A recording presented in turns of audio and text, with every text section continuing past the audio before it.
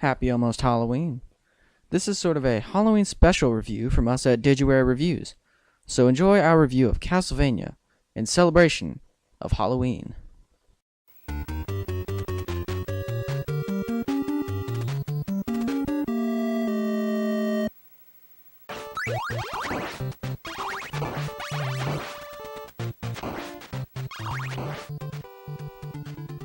Back in 1987, what did you have on the NES? Super Mario Bros., Legend of Zelda, and Contra. You know, all the classics up until that point. But then, in May of 1987, our balls were blown off when this came out. This is Castlevania for the Nintendo Entertainment System.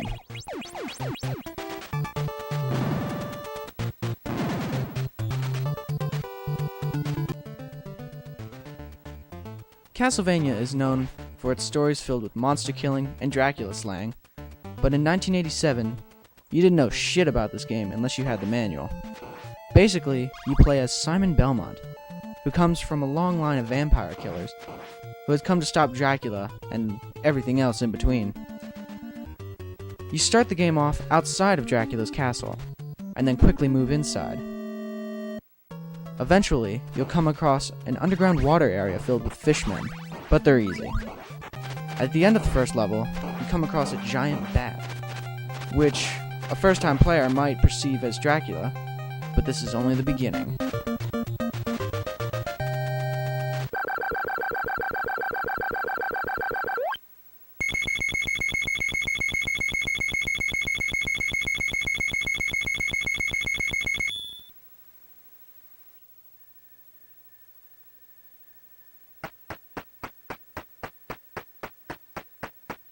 Once you've finished with the giant bat, you move on to a slightly darker area also filled with bats, knights, and one of the most annoying enemies in video games, the Medusa heads.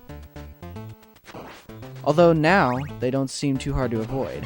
Later in the game, they're placed at some of the most inconvenient spots, allowing for some yelling and controller throwing. Medusa is a piece of cake if you have the stopwatch, which really makes short work of her.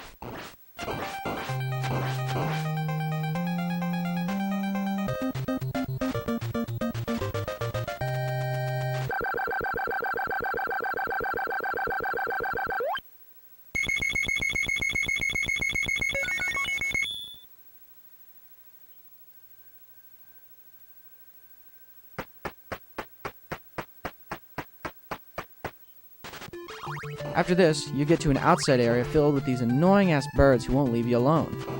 Although some of them are pretty easy to take out when jumping.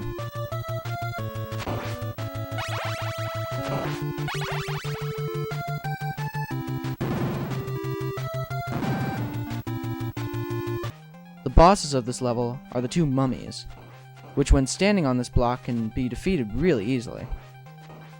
After the mummies comes Frankenstein's monster and Igor, one of the most difficult bosses, only because of Igor, who is nothing more than a hunchback who spits fireballs at you. The next area of the game is one of the most challenging, filled with knights who throw axes at two different altitudes, Medusa heads flying in and out of nowhere. It's a nightmare. You may be wondering why I have no footage of the Grim Reaper battle and anything past that. Well, here's your answer. This game is goddamn difficult. Although I have no footage from the battle or any levels after this one, I can tell you that the next boss is Dracula, who comes in two different forms, a normal one like you see here, and this strange demon form. Although this game is a classic, and an extremely good NES game, it is still one of the hardest, and makes me feel that we have it easy today.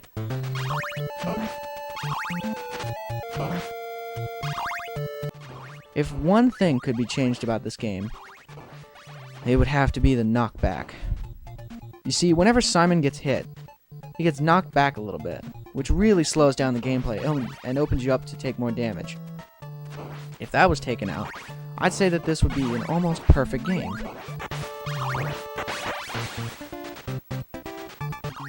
The graphics in this game are really something to praise in that they're dark, stylish, and atmospheric, although they have shown their age today. One way that really puts this game above most on the NES is its soundtrack. It really is a work of art and shows just how kick-ass 8-bit music can be.